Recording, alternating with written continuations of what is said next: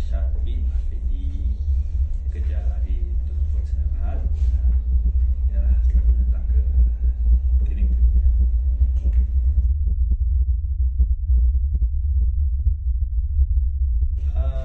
Sebelum tu biasanya cuma demam-demam biasa, pening kepala, sakit kaki, tapi masa saya semua ambil medical check sebab semua pas buka lah sebenarnya pergi klinik tu. So bila dapat pergi ke situ dan diintroduce oleh isteri kami sendiri, ya, dan jadi berminat juga nak pergi ke klinik daripada si suka kepada selalu pergi ke klinik.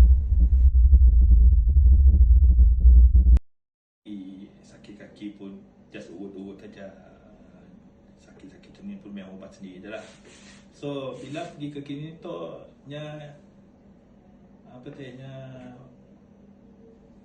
memberi maklumat yang senang difahami. Kami sampai akhirnya kami ambil medical check lah, yang dapat tahu apa sakit kami. Perkhidmatan di klinik di Premier, alhamdulillah kesihatan kami pun jadi lebih bagus, dan kami dapat kontrol pemakanan apa yang disarankan oleh doktor semua dan dapat kami buat, alhamdulillah. Dan ya, alhamdulillah semakin baguslah